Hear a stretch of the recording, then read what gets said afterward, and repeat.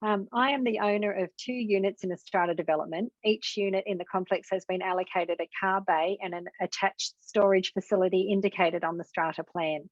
Each of my units has a car bay and a storage unit attached.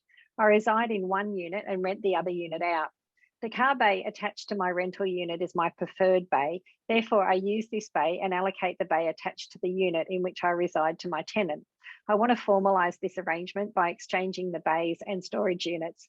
Is it possible? What process do I need to follow? Does the Council of Owners need to approve the change? Would the change need to be approved in an AGM?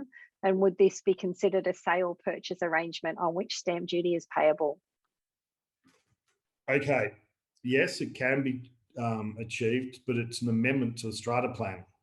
So you're actually going to need to get a surveyor to actually redraft the strata plan around where the car bays and the storage units are and amend the numbering to reflect the preferred unit usage.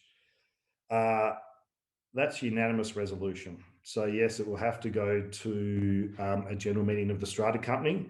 Unanimous resolutions are now easier to pass in that if, while it requires every owner to vote in favour of the motion and no one can vote against it, if you haven't voted, generally after the 28 days, it's a deemed approval these days. So it does make it easier to get a unanimous resolution passed, but it is going to be a challenging prospect for this owner to be able to amend the strata plan, and it will cost them a little bit of money to get there.